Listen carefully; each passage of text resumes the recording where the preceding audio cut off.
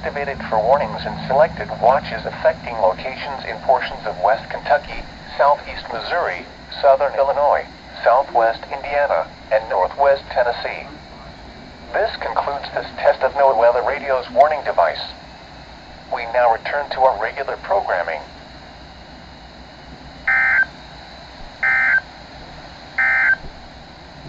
The current time is 10:06.